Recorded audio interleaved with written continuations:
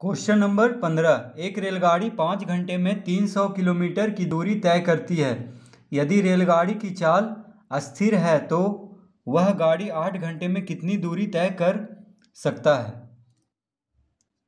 तो question number 15 में हम लिखेंगे माना कि वह रेलगाड़ी 8 घंटे में दूरी तय करेगी x किलोमीटर। क्या लिखेंगे, देखिए माना कि वह रेलगाड़ी 8 घंटे में कितनी दूरी तय करेगी x किलोमीटर, क्योंकि पूछ रहा है कि एक रेलगाड़ी 5 घंटे में 300 किलोमीटर की दूरी तय करती है। तो रेलगाड़ी की चाल अस्थिर है तो वह गाड़ी 8 घंटे में कितनी दूरी तय करेगी। तो हम लिखेंगे 8 घंटे में वह तय करेगी x किलोमीटर। ठीक है, मान लेंगे हम। अब देखिए 5 घंटे में 300 किलोमीटर, तो हम लिखेंगे प्रश्न से 5 घंटा में 300 है, तो देखिए 5/300 बराबर लिखेंगे। देखिए 5 घंटा है तो उसके सामने हम लिखेंगे 8 घंटा, और 5 घंटा में 300 तो 8 घंटा में कितना कर रहा है, x किलोमीटर की दूरी। तो 5/300 बराबर 8/x लिख लेंगे हम। तो देखिए यहाँ पे चाल क्या है, स्थिर है, तो ये समानुपाती है। ठीक है, इसीलिए देखिए 5 घंटे में 300 तो 5/300 लिखेंगे, बराबर देंगे। अब देखिए सामने लिखेंगे 5 घंटा है तो 8 घंटा में पूछ रहा है तो 5 के सामने 8 देंगे। अब बटा देखिए 300 किलोमीटर है तो हमें किलोमीटर ही निकालना है। 8 घंटे में कितनी दूरी तय करेगी, तो देखिए दूरी के सामने दूरी और समय के सामने हम समय लिख देंगे बराबर में। ठीक है, तो 5/300 बराबर 8/x। अब देखिए तिरछा गुना करते हैं, जब भी बराबर में होता है भिन्न तो क्या करते हैं, तिरछा गुना। तो 5 गुने x बराबर 8 गुने 300। देखिए 5 गुने x बराबर 8 गुने 300, यानी तिरछा गुना करेंगे। बायां तरफ में जो भागा में हो दाएं तरफ गुना में हो जाएगा, और जो दायां तरफ भागा में हो वो बायां तरफ गुना में हो जाएगा। ठीक है, बराबर रहने पे तो ये हो जाएगा 5x बराबर 8 गुने 300। अब देखिए x बराबर, अतः x बराबर 5 गुना में है x के साथ, तो बायां से दायां तरफ अगर 5 को हम भेजेंगे तो भागा में हो जाएगा, तो 5 नीचे आ जाएगा भागा में। अब देखिए 5 से इसको काट देंगे, 5 से 5 छक 30 60, तो x बराबर कितना हो गया, 8 छक 48 480 किलोमीटर। ठीक है, यानी रेलगाड़ी जो है 8 घंटे में 480 किलोमीटर दूरी तय करेगी। तो देखिए हम क्या माने थे कि 8 घंटे में वह दूरी तय करेगी x किलोमीटर, तो इसीलिए देखिए कितना दूरी तय करेगी 8 घंटे में, 480 किलोमीटर। तो ये इसका आंसर हो जाएगा। तो इस तरह हम इसको हल कर लेंगे।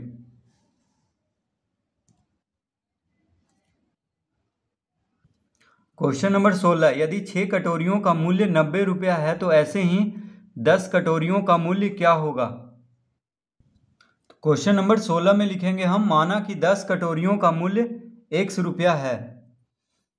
देखिए क्वेश्चन में कह रहा है कि 6 कटोरियों का मूल्य 90 रुपया है तो 10 कटोरियों का मूल्य क्या होगा। तो यहाँ पे देखिए 6 कटोरियों का मूल्य दिया हुआ है और 10 कटोरियों का पूछ रहा है, तो यहाँ पे भी देखिए समानुपात में भी होगा, क्योंकि 6 कटोरी का मूल्य 90 है तो उसी अनुपात में 10 कटोरी का मूल्य भी होगा, जितना कि 6 कटोरियों का मूल्य है 90 रुपया। तो देखिए हम लिखेंगे प्रश्न से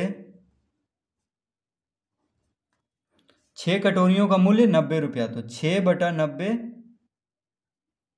6 कटोरियों का मूल्य दिया हुआ है 90 रुपया। अब देखिए कटोरी कटोरी के सामने लिखेंगे, 6 कटोरी है तो हम ऊपर 10 लिखेंगे, मूल्य के सामने मूल्य, 10 कटोरी का हमें मूल्य निकालना है तो इसके सामने x लिखेंगे, क्योंकि हम 10 कटोरियों का मूल्य 100 रुपया मान चुके हैं यहाँ पे।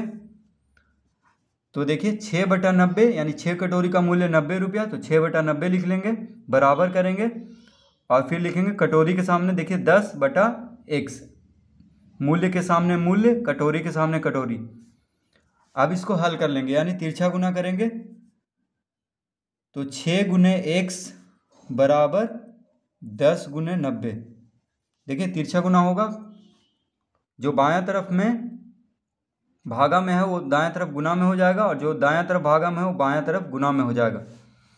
तो x बराबर हम निकाल देंगे, अतः x बराबर 10 गुने 90/6। यहाँ पे देखिए गुना में है x 6 के साथ बाएं तरफ, तो दाएं तरफ भागा में हो जाएगा। तो 6 से 90 कितना बार में कटेगा? 1। देखिए 6 से 30 इधर गया, 6 पचे 30, यानी 15 छक 90 होता है, तो 15 बार में कट गया।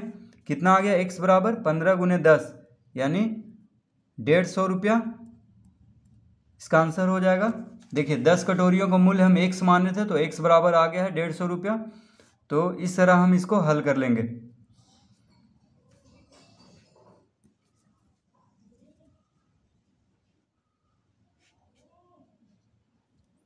क्वेश्चन नंबर 17, किसी आयताकार मैदान की लंबाई एवं चौड़ाई 5:3 के अनुपात में है। यदि मैदान की लंबाई 60 मीटर हो तो इसकी चौड़ाई ज्ञात करें। क्वेश्चन नंबर 17 में हम लिखेंगे, माना कि मैदान की चौड़ाई बराबर x मीटर। मैदान की चौड़ाई क्या मान लेंगे हम? x मीटर, क्योंकि मैदान की चौड़ाई ही पूछ रहा है। क्वेश्चन में है किसी आयताकार मैदान की लंबाई चौड़ाई, देखिए अनुपात में दिया हुआ है 5:3। तो यदि मैदान की लंबाई 60 मीटर, तो मैदान की लंबाई भी दे दिया है और अनुपात में लंबाई और चौड़ाई भी दिया है, तो इसकी चौड़ाई ज्ञात करें। तो देखिए अब हम लिखेंगे प्रश्न से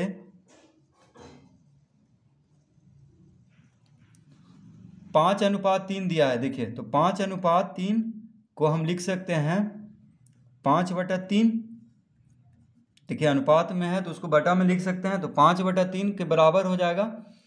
अब देखिए लंबाई एवं चौड़ाई, तो लंबाई है ऊपर वाला, क्योंकि मैदान की लंबाई एवं चौड़ाई 5:3 के अनुपात में है, तो लंबाई पहले लिखा है इसलिए लंबाई हो गया ऊपर।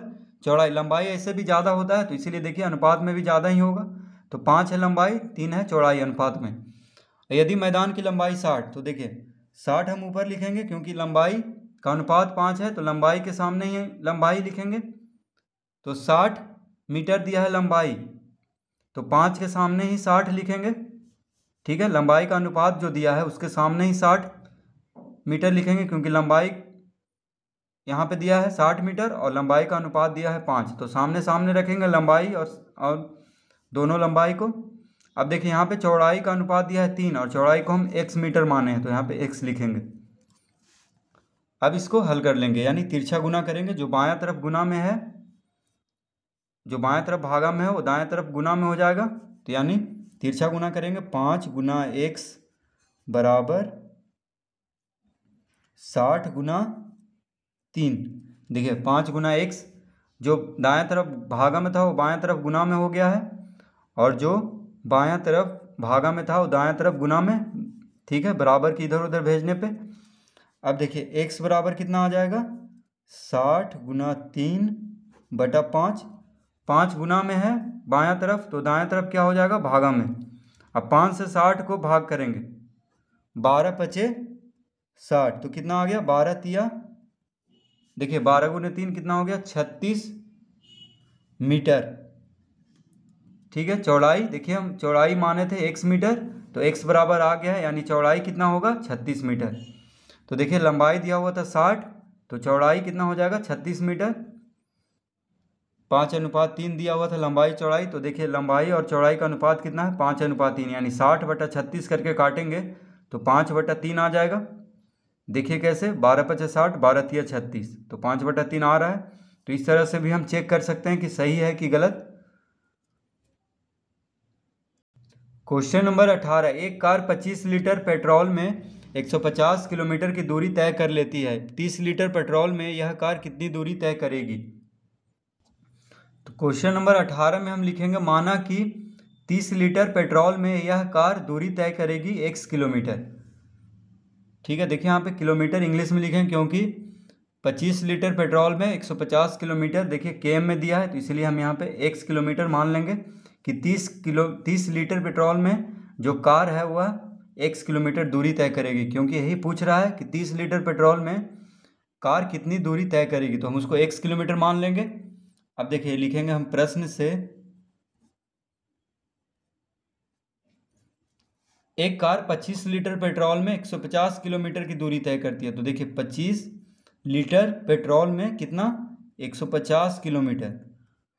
अब कह रहा है कि 30 लीटर पेट्रोल में, तो देखिए 25 लीटर 30 लीटर सामने सामने, लीटर लीटर सामने सामने, किलोमीटर किलोमीटर सामने सामने, तो एक्स यानी 30 लीटर में कितना किलोमीटर हम माने हैं, एक्स किलोमीटर माने हैं कि 30 लीटर में इतना दूरी तय करेगी, तो 30/x लिखेंगे। यानी लीटर जो है 25 लीटर, उसके सामने ही 30 लीटर, और किलोमीटर है 150, तो उसके सामने ही x किलोमीटर। ठीक है, सामने सामने लिख देंगे। अब इसको हम हल करेंगे, तो तिरछा गुना करेंगे, 25 गुना x बराबर 30 गुना 150। तो जो बायां तरफ भागा में था वो दायां तरफ क्या हो जाएगा, गुना में, जो दायां तरफ भागा में वो बायां तरफ गुना में हो जाएगा। तो अतः x बराबर कितना हो जाएगा, 30 गुना 150/25, गुना में है 25 तो भागा में हो जाएगा। तो अब हम इसको काट देंगे। देखिए 25 से 150 कितना बार में कटेगा, 25 दूनी 50, 25 या 75, 25 चौक 100, 25 पच्चे 125, 25 छः 150। देखिए 25 से 6 बार में तो कितना आ गया, 30 गुने 6 यानी 6 तिया 18, 180 किलोमीटर। तो इस तरह हम इसको हल कर लेंगे। यानी 30 लीटर में पेट्रोल जो है, माफ़ कीजिएगा, 30 लीटर पेट्रोल में कार जो है 180 किलोमीटर दूरी तय करेगी। 25 लीटर में 150 किलोमीटर दूरी तय करती है, तो 30 लीटर में 180 किलोमीटर दूरी तय करेगी।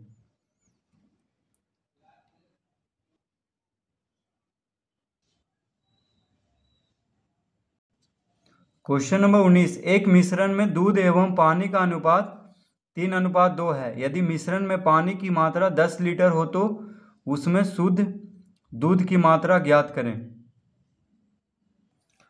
क्वेश्चन नंबर 19 में हम लिखेंगे, माना कि मिश्रण में शुद्ध दूध की मात्रा x लीटर है। देखिए क्वेश्चन में कह रहा है कि मिश्रण में दूध एवं पानी का अनुपात दिया हुआ है। ठीक है, यदि मिश्रण में पानी की मात्रा 10 लीटर हो तो शुद्ध दूध की मात्रा पूछ रहा है हमसे। तो देखिए मिश्रण की शुद्ध दूध की मात्रा हम मान लेंगे x लीटर है। अब हम लिखेंगे यहाँ पे प्रश्न से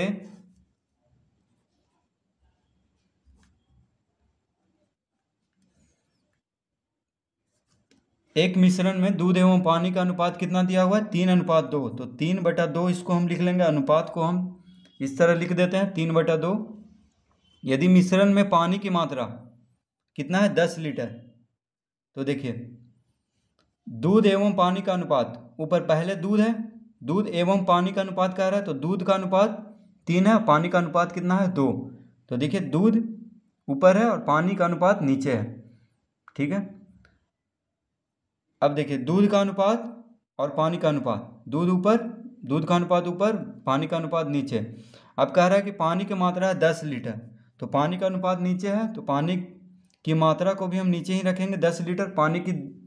पानी का अनुपात के सामने ही पानी का मात्रा भी रखेंगे। देखिए नीचे नीचे यहाँ पे भी, यहाँ पे हर में है तो यहाँ पे भी हर में रखेंगे।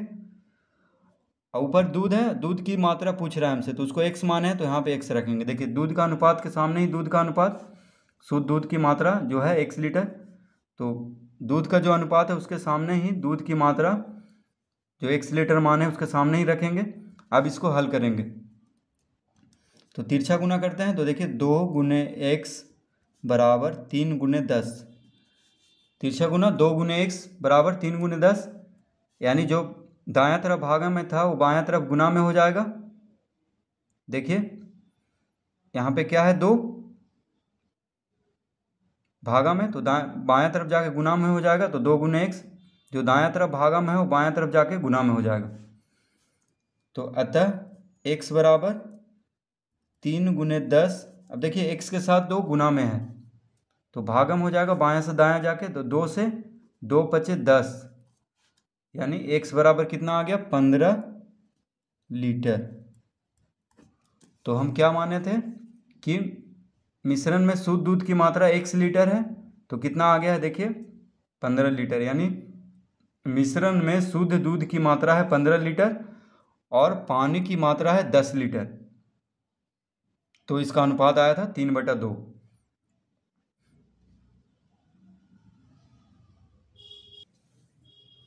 तो इस तरह हम इसको हल कर लेंगे।